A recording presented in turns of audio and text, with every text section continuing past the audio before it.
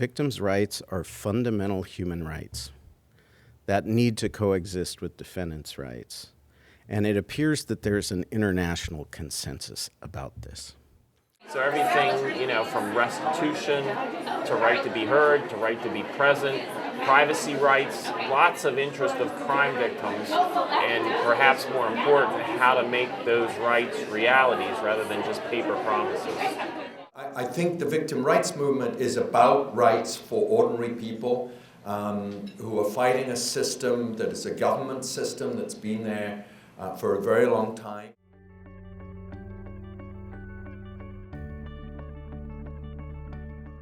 It's not just strategic litigation. It's a three-prong approach or cycle of advancing rights. You start with passing those really good laws. You then move around the cycle to educating about what the laws are. And part of that education is educating the community that they have rights so that they actually ask for them.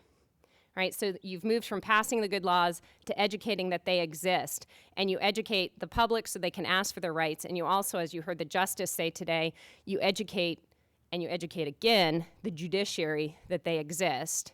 And then you move through the cycle, and after you've educated a little bit, you litigate. This is how we do social change in this country. You have to engage in the litigation, and the litigation then has to be thoughtful. And then when you finish litigating, you're not done. You have one of two things. You either come full circle. If you lost, and Doug Balloof taught me this, if you lost, you go right back to the legislature and you fix it. If you won, you go back over to education and you educate the community about what the outcome was so they can ask it right. So NCVLI's three-prong approach is really a four-prong. You kind of go cyclically, pass a law, educate about it, litigate about it, then educate or legislate again. And we have to embrace that over and over again as a movement.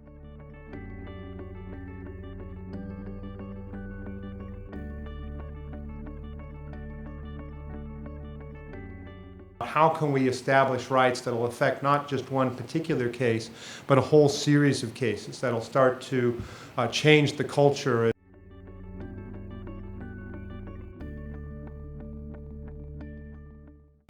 I'm interested in any organization that is working to change the justice system, and so working with NCVLI is really exciting because it's another organization that's doing really great work to make the justice system more human and responsive to our human needs.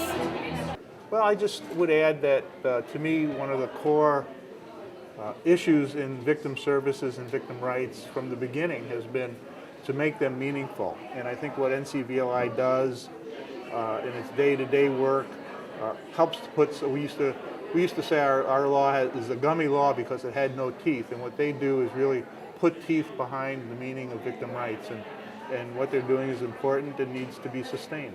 Okay, from a personal standpoint, for me as a victim, having been a victim of a violent crime, it has always been exciting to see the number of professional people that are really concerned and caring about what is happening to people in my situation. So I've always been happy to see how that has grown and what is going on, but also to hear the viewpoints of those that are working in the system and some of their frustrations. And so, and it's like another way of knowing I'm not alone out there and being frustrated with what's going on in criminal justice. A general feeling of camaraderie,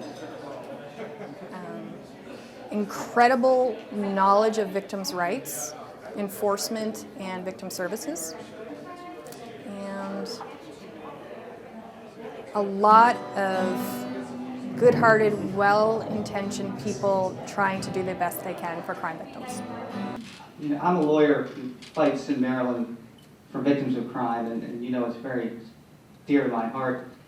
And I can't tell you what a difference it makes to have people like Meg and Doug and Judge Cassell and others behind me. Because many times, if not most of the time, when you stand up for a victim of crime, and everybody in this room knows it, you're the only one who's fighting for the interests of the victim. Many times, too many times, the prosecutors against you, the judges against you, the defense attorneys against you. You're the only one in the courtroom.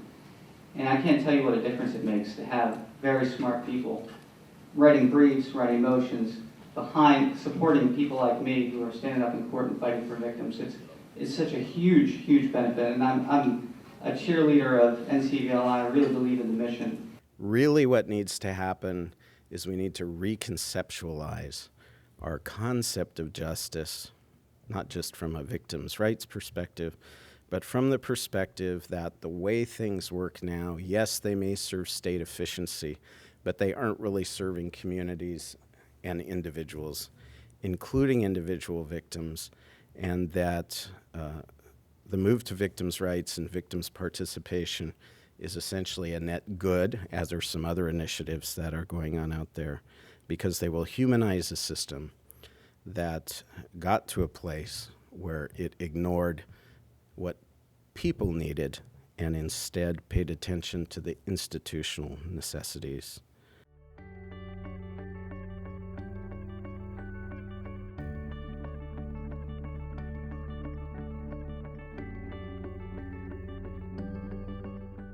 If we shift the frame of victims' rights out of the realm of just the criminal justice system, we have a ready vocabulary when we deal with human rights. Most of the country understands the notion of basic human rights.